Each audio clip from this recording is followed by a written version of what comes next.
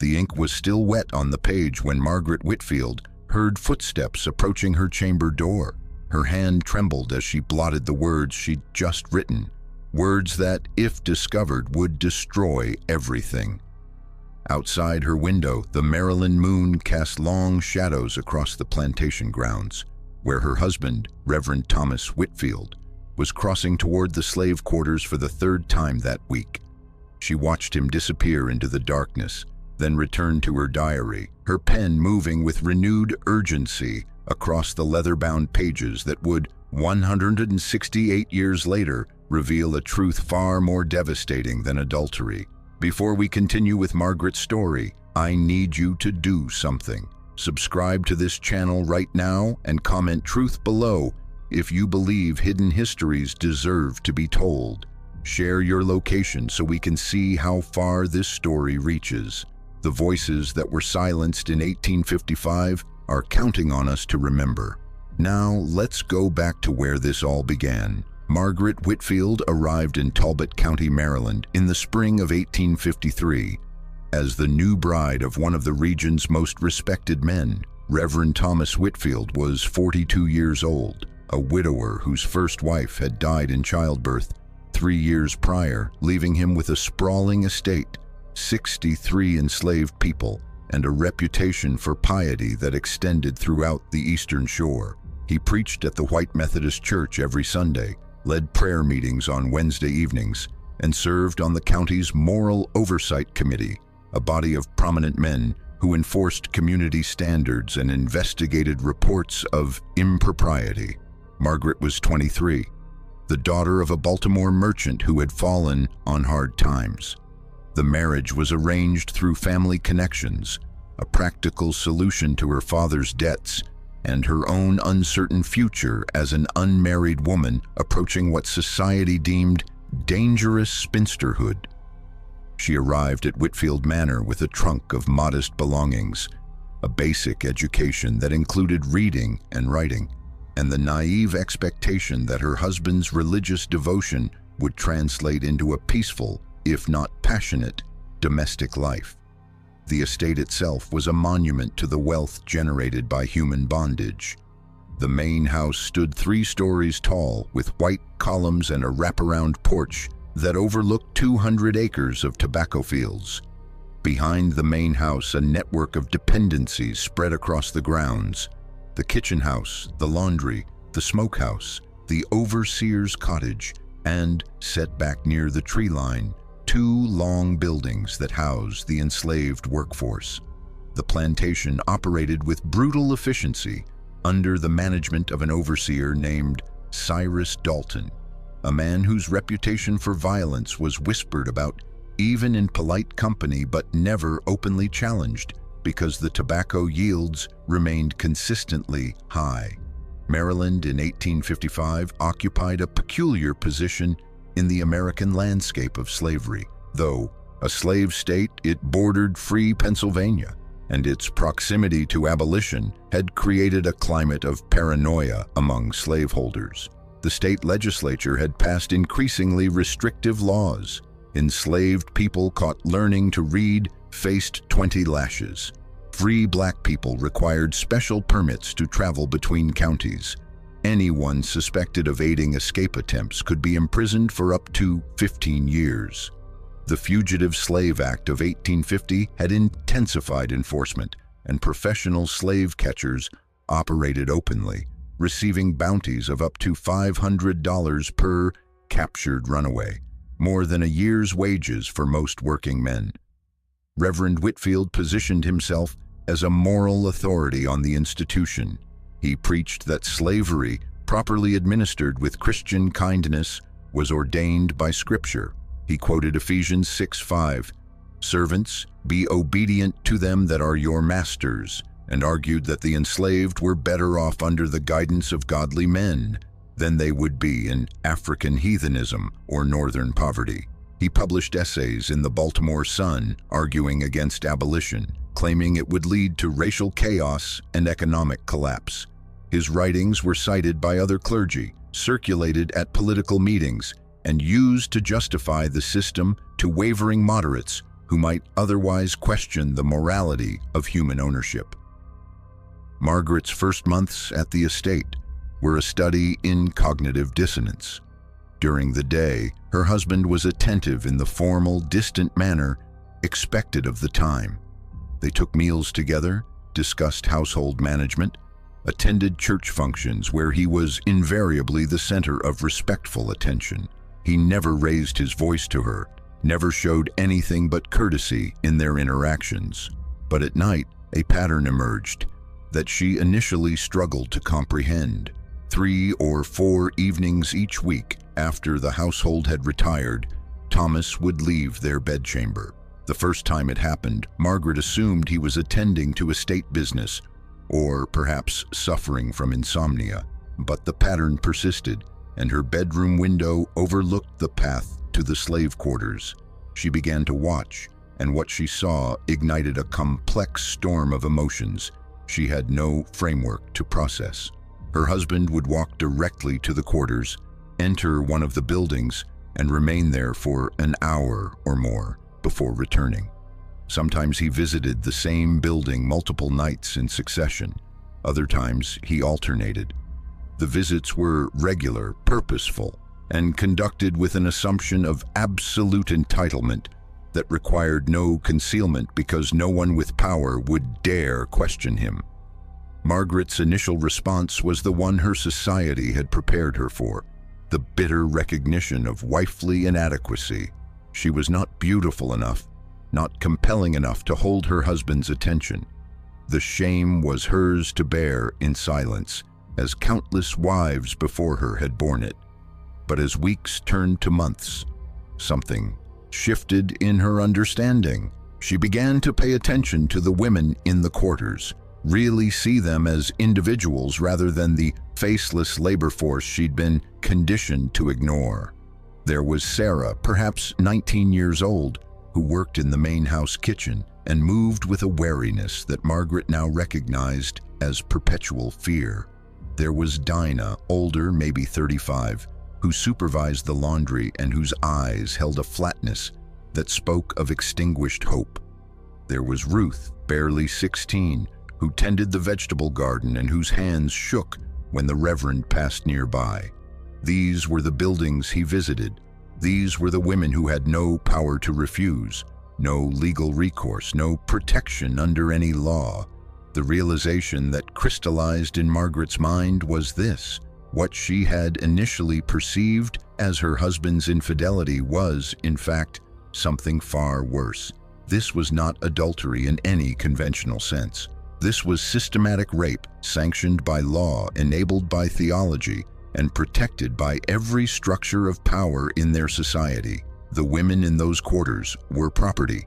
They could not consent because consent requires the power to refuse, and they had no such power. Her husband was not being unfaithful to her. He was committing atrocities, and the entire apparatus of church and state had constructed a reality in which these atrocities were invisible.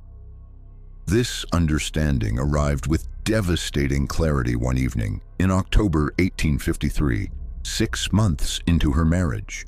She had been reading in the parlor when she overheard a conversation between Thomas and Cyrus Dalton, the overseer. They were discussing the upcoming breeding season, a term they used with the same casual efficiency they might discuss crop rotation.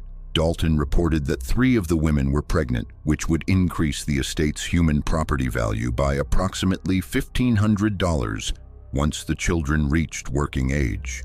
Thomas responded with satisfaction, noting that healthy increase was a sign of good management and divine favor. Margaret felt physically ill. The clinical language, the reduction of human reproduction to livestock management, the complete absence of any recognition that the women involved were people with their own desires, fears, and bodily autonomy. It was a horror that her previous life had insulated her from confronting directly. She had known, abstractly, that slavery was brutal, but knowing and witnessing were different orders of understanding. That night she began keeping a diary. The act was itself dangerous. Literate women of her class often kept journals, But what Margaret intended to document went far beyond social calls and household accounts. She began recording everything. The nights her husband visited the quarters, the names of the women she could identify, the conversations she overheard, the mechanisms of control and violence that sustained the system. She wrote in a careful, coded language at first, using initials and euphemisms, but as her courage grew, so did her directness. The entries from late 1853 and early 1854 reveal a woman undergoing a moral awakening that had no clear outlet for action. She wrote, "T went again to the quarters.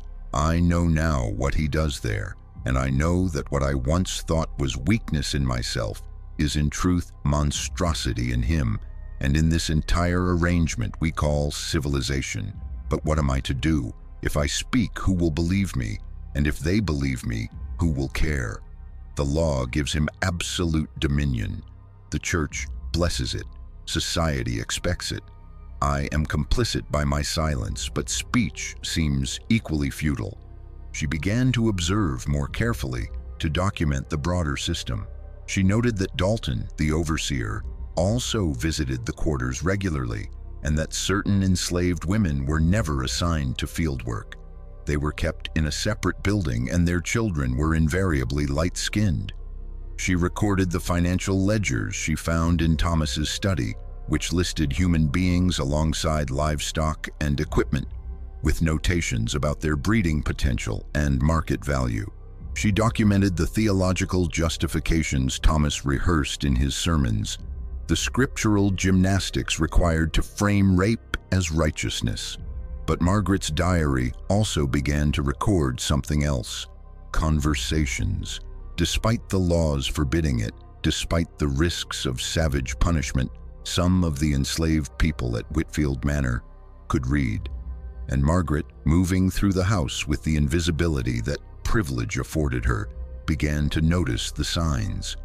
A woman in the kitchen house glancing at a newspaper left on the table, her eyes moving across the text with clear comprehension before quickly looking away. A man in the stable who had somehow learned to forge travel passes well enough that 2 people had successfully escaped, using his documents before being recaptured. The network existed in fragments, in whispered exchanges and coded gestures, in the small acts of resistance that occurred in the spaces between surveillance. And Margaret, driven by guilt and rage, and a growing sense that silence was its own form of violence, made a decision that would define the rest of her life. She began to teach. It started with Sarah, the kitchen worker. Margaret contrived reasons to spend time in the kitchen house, ostensibly supervising but actually waiting for moments of privacy. She would leave books open to specific pages, point to words while discussing recipes, create situations where reading became necessary to complete a task. Sarah was terrified at first. The risk was enormous, but hunger for knowledge overcame fear. Within weeks, Sarah could read simple sentences. Within months, she could write them. The teaching expanded carefully, strategically. Margaret identified women who showed interest, who could be trusted, who had reasons to risk everything for literacy. She used her position as the Reverend's wife to move freely around the estate, to access the quarters under the pretense of Christian charity work, to create cover for education that was punishable by law. But the diary reveals that Margaret's project went beyond simple literacy. She was documenting the system itself, creating a record that named names and detailed crimes. She recorded that Judge Henry Carmichael, who presided over the county court, owned shares in 3 slave trading firms and had financial incentives to rule against freedom suits. She noted that Dr. William Preston, who served on the Moral Oversight Committee with her husband, had fathered at least 7 children with enslaved women on his property and sold 4 of those children when they reached age 10. She listed the members of the local slave patrol, 12 men who received 50 cents per night to ride the roads and terrorize any black person found without proper documentation. She documented the economic web that sustained the system, the Baltimore banks that provided mortgages using enslaved people as collateral, the insurance companies that offered policies protecting slaveholders against the financial loss of runaways or deaths, the shipping firms that transported human cargo, the auction houses that processed the trade. She recorded specific amounts. Thomas's estate was valued at $42,000, of which $31,000 was the assessed value of the enslaved workforce. The annual tobacco yield generated approximately $6,000 in revenue, but the appreciating value of enslaved children born on the property represented an additional investment return of 8 to 12% annually. The diary entries from 1854 show Margaret wrestling with the question of what to do with this documentation. She couldn't publish it. No newspaper would print accusations against a respected reverend, and doing so would immediately expose the enslaved women she was teaching, putting them at lethal risk. She couldn't take it to authorities because the authorities were the men she was documenting. She couldn't flee because she had no independent means and no legal right to property or autonomous action as a married woman. What she could do was create a record and prepare for an opportunity. That opportunity came in the form of a woman named Harriet Shepherd. Harriet appeared at Whitfield Manor in April 1854, introduced by Thomas as a distant cousin who would be staying with them while recovering from an unspecified illness. She was 48 years old, quiet, and spent most of her time in the guest quarters reading religious texts. Margaret paid little attention to her at first, but gradually she noticed odd details. Harriet asked unusually specific questions about the estate's layout and the routines of the enslaved workforce. She took long walks alone, always returning with detailed observations about property boundaries and road conditions. And once, Margaret saw her in conversation with Sarah in the kitchen house, a conversation that ended abruptly when Margaret entered. It took 3 weeks for Margaret to understand what was actually happening. Harriet Shepherd was not recovering from illness. She was a conductor on the Underground Railroad, and she was planning an escape route.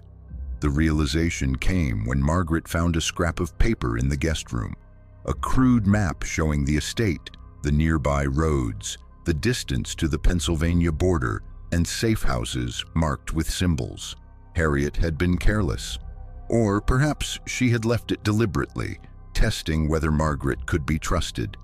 That evening, Margaret knocked on Harriet's door and said simply, "I know what you're doing, and I want to help."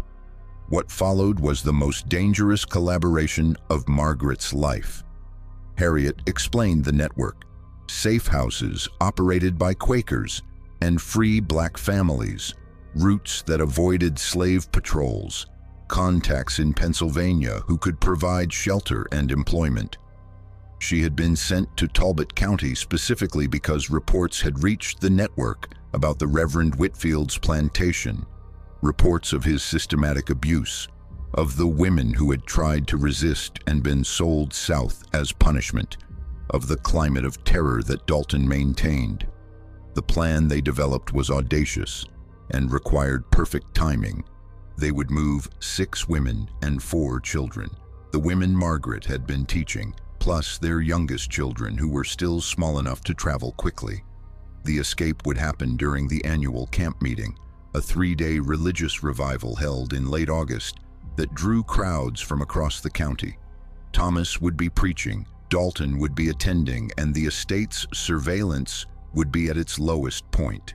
But they needed resources, money for bribes and emergencies, forged travel documents, supplies for the journey, and most critically, they needed to destroy the estate's records so that pursuit would be delayed and complicated.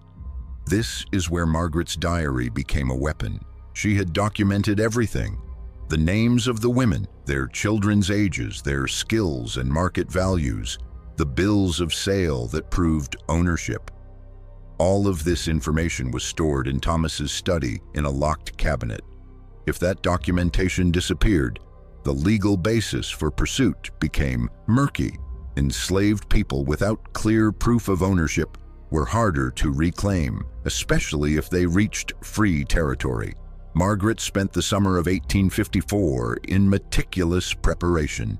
She used her household allowance to accumulate small amounts of cash, claiming the money was for charity work and household expenses.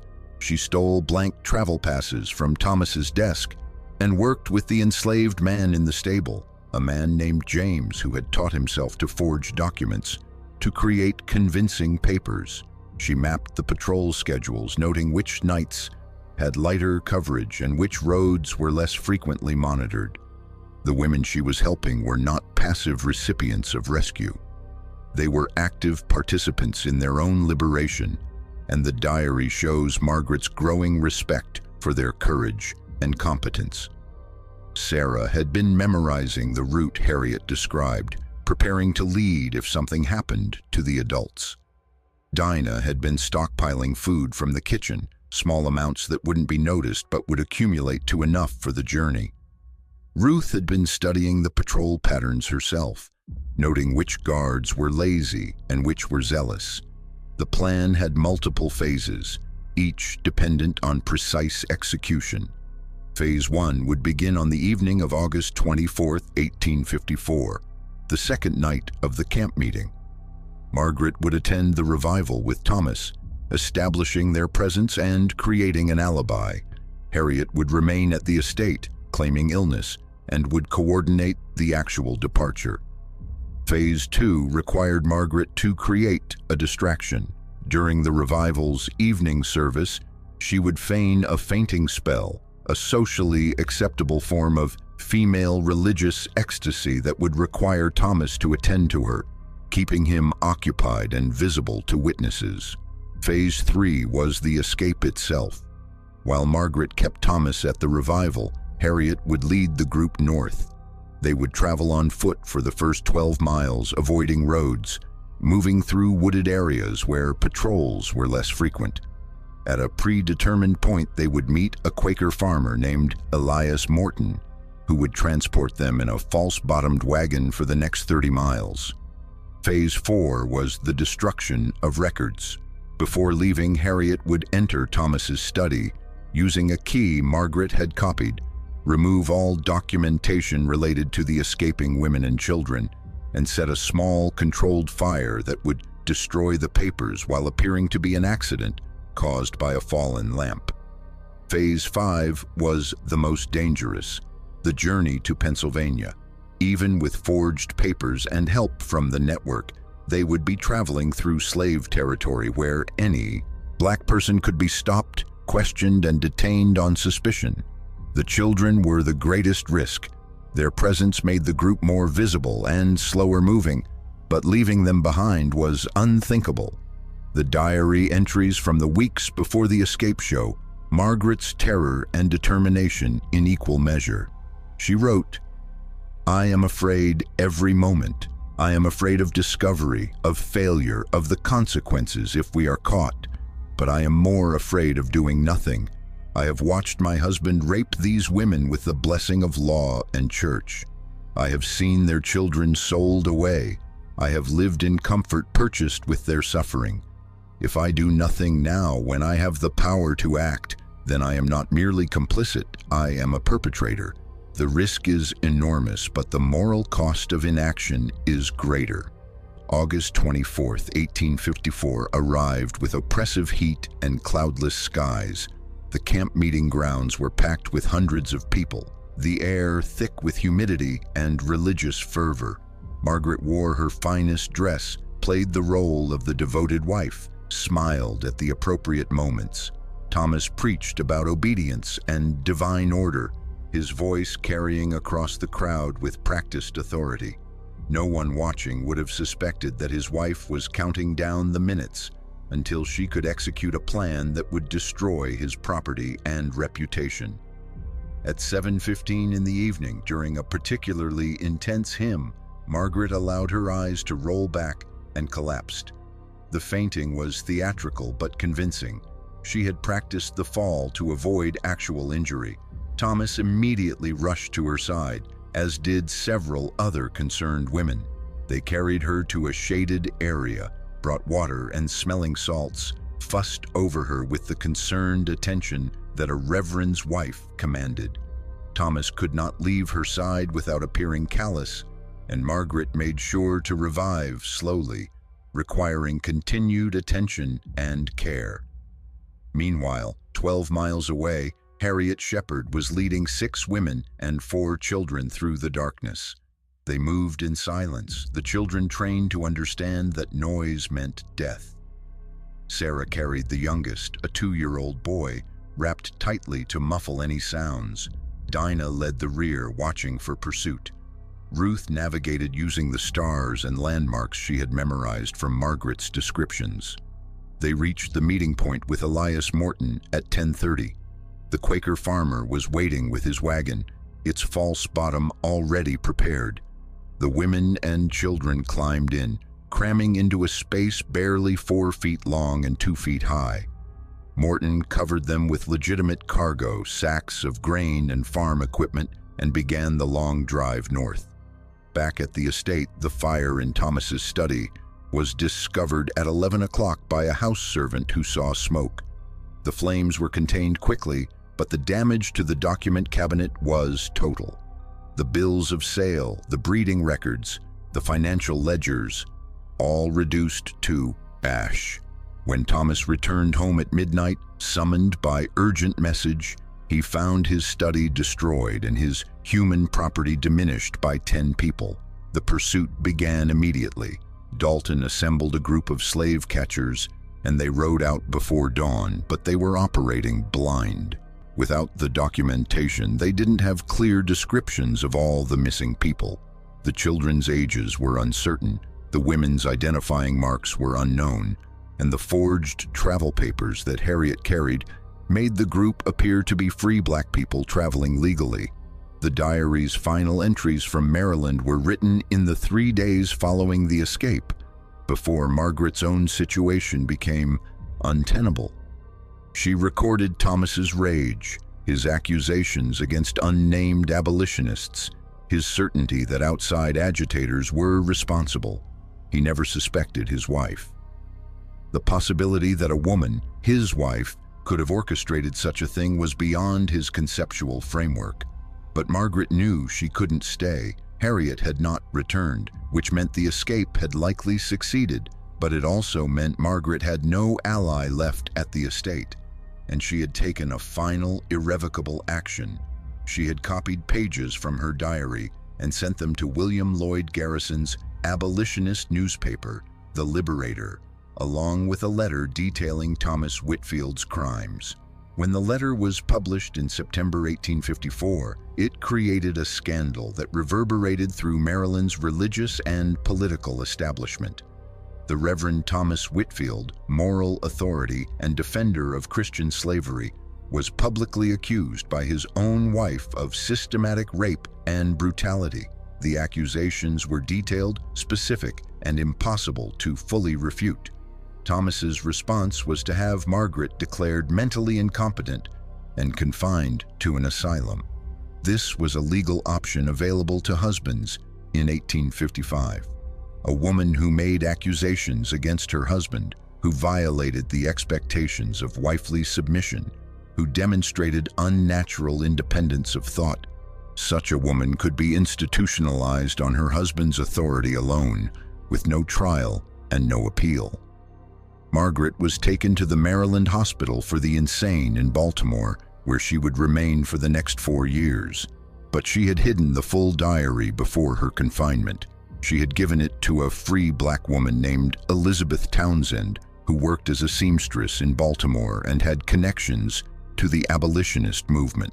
Elizabeth kept the diary safe, and when Margaret was finally released in 1858, after Thomas's death from a stroke, the diary was returned to her.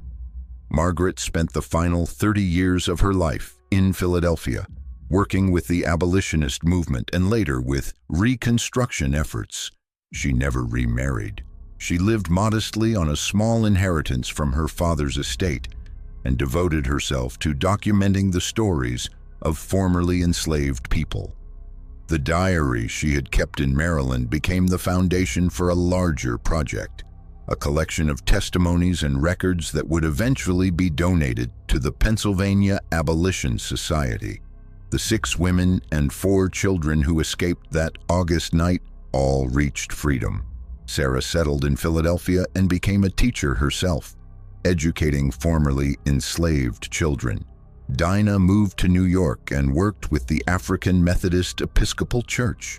Ruth married a free black man in Pennsylvania and had 3 more children who grew up in freedom.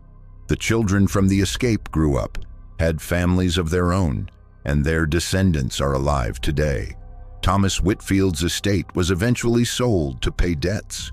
The enslaved people who remained were sold south before the Civil War, scattered to plantations in Georgia and Alabama.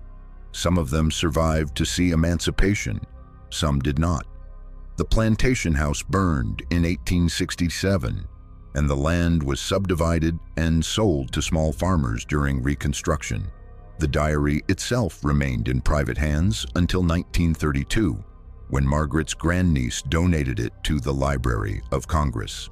It sat in the archives, largely unexamined, until a historian researching women's roles in the Underground Railroad discovered it in 1978.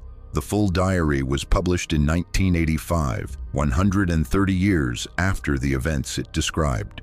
What makes Margaret Whitfield's diary extraordinary is not just the escape it facilitated, though that alone would be remarkable. What makes it extraordinary is the unflinching moral clarity with which she documented a system that her entire society worked to render invisible. She named the names of powerful men who profited from rape and trafficking. She recorded the mechanisms of legal and theological justification. She showed how ordinary people, including herself, were implicated in atrocity through their silence and complicity. The diary forces us to confront uncomfortable questions about complicity and action. Margaret was not a hero in any simple sense. She lived for months in comfort purchased by slavery before she acted. She was complicit in the system even as she worked against it. Her privilege as a white woman was what gave her the access and mobility to help, but it was also what had insulated her from understanding the system's full horror for most of her life. Yet she acted. When she understood what was happening, when she saw the truth clearly, she risked everything. She didn't wait for perfect circumstances or guaranteed success. She used the power she had, imperfect and limited as it was, to help people escape bondage. The historical record shows that the Underground Railroad succeeded because of collaborations like this between the enslaved people who risked everything to claim their freedom, the free black conductors who coordinated routes and safe houses, and the white allies who used their privilege to provide resources and cover. None of these groups could have succeeded alone. The system of slavery was too powerful, too entrenched, too protected by law and custom. It took collective action across racial and class lines to create pathways to freedom. Margaret's diary also reveals the particular horror of slavery's sexual violence and the ways that violence was systematized and rendered invisible. The rape of enslaved women was not an aberration or a personal failing of individual slaveholders. It was built into the economic logic of the system. Enslaved children increased the slaveholders' wealth, and the law designated those children as property regardless of paternity. This created a financial incentive for rape, and the legal system ensured that enslaved women had no recourse, no protection, and no recognition as victims. The theological justifications that men like Thomas Whitfield constructed were essential to maintaining this system. They had to believe, or at least publicly claim, that slavery was divinely ordained, that enslaved people were less than fully human, that the violence and exploitation were somehow acts of Christian charity. The cognitive dissonance required to preach about morality on Sunday and commit rape on Monday was resolved through elaborate ideological frameworks that Margaret's diary exposes as the self-serving lies they were. The diary's publication in 1985 contributed to a broader historical reckoning with slavery's sexual violence, a topic that had been largely ignored or euphemized in earlier scholarship. It provided documentary evidence of what formerly enslaved people had testified to in their narratives, but what white historians had often dismissed or minimized. It showed that white women were not always passive victims of the system, but could be active participants in both its perpetuation and its resistance. The descendants of the women who escaped have their own stories, passed down through generations. They know the names of their ancestors who walked through the night toward freedom. They know about the white woman who helped, though the family stories sometimes differ in details from the historical record. They know about the courage it took to leave everything familiar, to risk recapture and punishment, to trust in a plan that could have failed at any moment. One of Sarah's great-great-granddaughters, a woman named Dr. Patricia Williams, who became a professor of African American history, wrote about the diary in 2003. She noted that her family had always known the broad outlines of the escape story, but reading Margaret's diary provided details that had been lost over generations. She also noted the complexity of feeling grateful to a white woman who had been complicit in the system before she acted against it. The gratitude is real, but so is the recognition that Margaret's moral awakening came at the expense of enslaved people's suffering, and that her ability to act was itself a function of the privilege the system gave her. This complexity is important. We cannot tell stories of resistance and abolition that center white saviors and minimize the agency of the enslaved people who freed themselves. At the same time, we cannot ignore the historical reality that some white people did use their power to help, and that their help sometimes made the difference between success and failure, freedom and recapture. Margaret Whitfield's diary gives us a model for thinking about complicity and action that refuses easy answers. She was complicit. She benefited from slavery. She was slow to understand and slower to act. And when she finally did act, her actions were meaningful and consequential. Both things are true. The moral weight of her complicity doesn't erase the value of her resistance, and the value of her resistance doesn't absolve her of complicity. The diary also raises questions about historical memory and whose stories get preserved. Margaret's diary survived because she was literate, because she had access to materials, because she was connected to institutions that valued document preservation. The women she helped escape left fewer written records.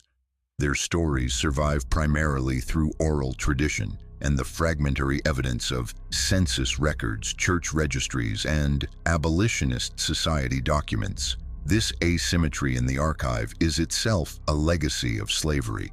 Enslaved people were forbidden to read and write precisely because literacy was understood as a tool of resistance and self-determination. The laws against teaching enslaved people to read were not incidental to the system. They were essential to maintaining it. Knowledge was power, and the slaveholding class worked systematically to deny enslaved people access to knowledge. When Margaret taught Sarah and the other women to read, she was committing a crime that the law punished with violence because the law recognized how dangerous literacy was to the system. Every enslaved person who learned to read was a potential forger of travel passes, a potential author of their own narrative, a potential organizer of resistance. The teaching was itself an act of rebellion, and the fact that it happened despite the enormous risks shows the hunger for knowledge and self-determination that no amount of violence could fully suppress. The historical record also shows us what happened to other women in Margaret's position who made different choices. There were wives of slaveholders who knew about the sexual violence their husbands committed and said nothing, did nothing, sometimes even blamed the enslaved women for tempting their husbands.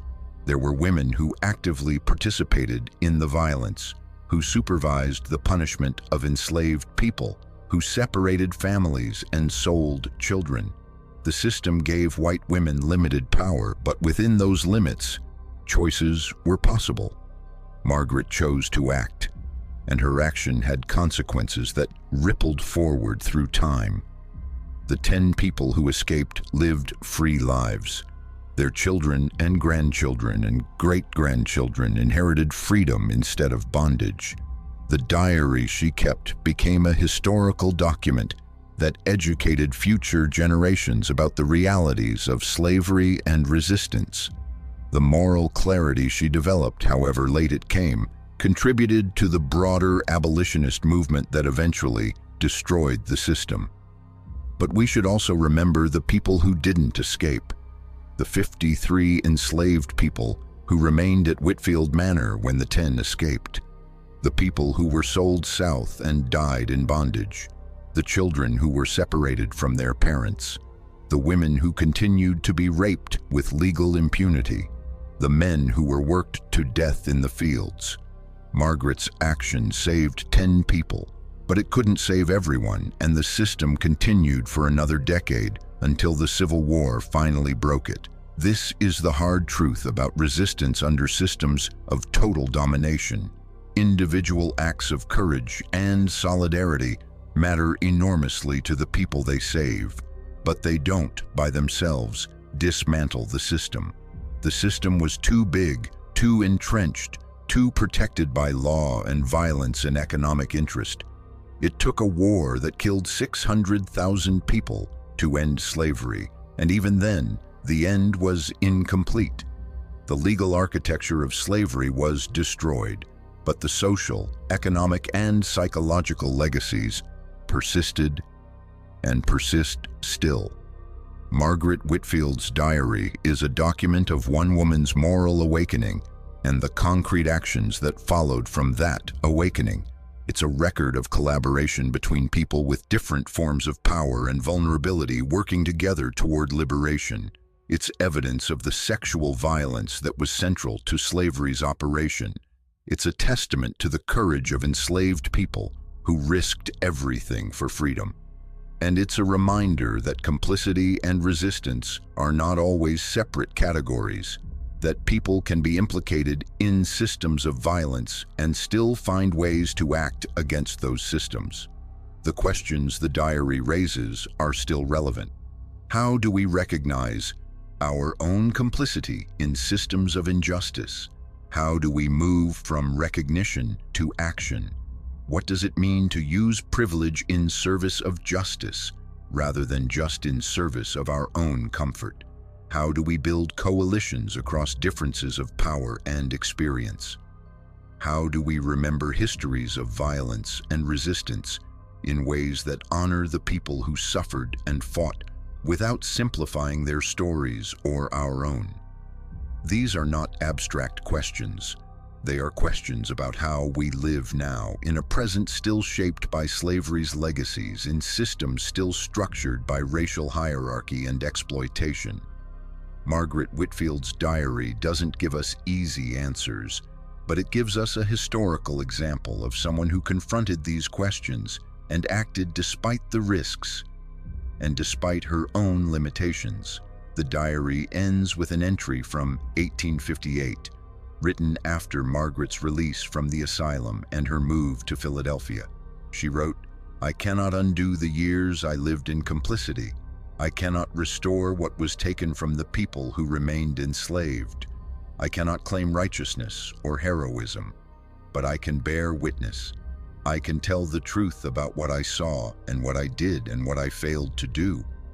I can honor the courage of the women who trusted me enough to accept my help.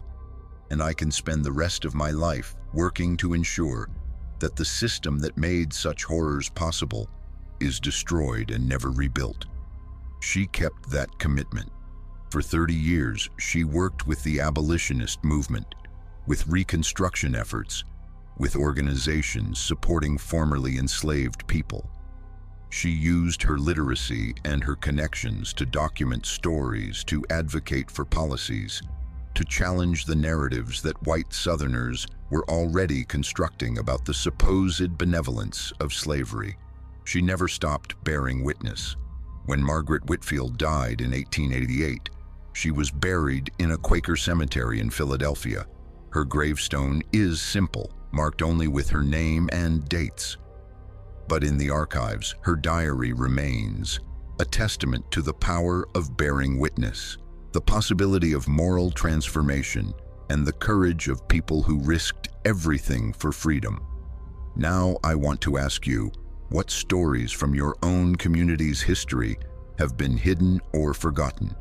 What acts of resistance and courage happened in the places you live that never made it into the official histories? Comment below and share what you know. And if this story moved you, if you believe these histories matter, subscribe to this channel and share this video. The work of remembering is never finished, and it requires all of us. The women who escaped that night in 1855 are counting on us to remember not just their suffering, but their strength, their intelligence, their determination to be free. Honor their memory by refusing to let these stories disappear.